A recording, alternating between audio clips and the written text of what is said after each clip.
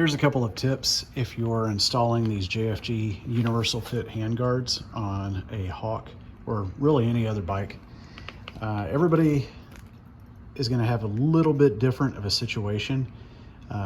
Size of your handlebars, the bend of your handlebars, the degree of angle that you tilt your handlebars back in your risers.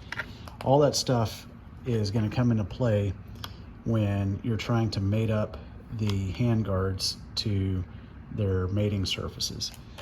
How far, where are your cables at? How are you going to twist this clamp that mounts onto your handlebars? That's going to change the angle where the clamp meets up with the handguards.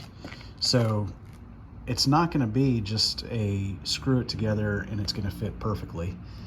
You're going to need a vise, and I would say a big adjustable crescent wrench to put a few bends and a few twists into this aluminum part of the handguards. I had to bend this end of the handguard inwards a little bit to get it to mate up with that clamp, and then the angle was a little bit off. So I had to use the adjustable crescent wrench to just twist the end just a little bit to get it to meet up flat.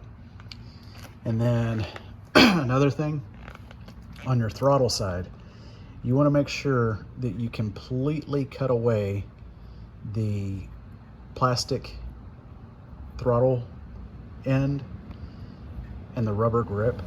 That way the mating surface of the bolt and the insert that goes inside the handlebars meet flush with the handlebars and they don't rub on the actual grip.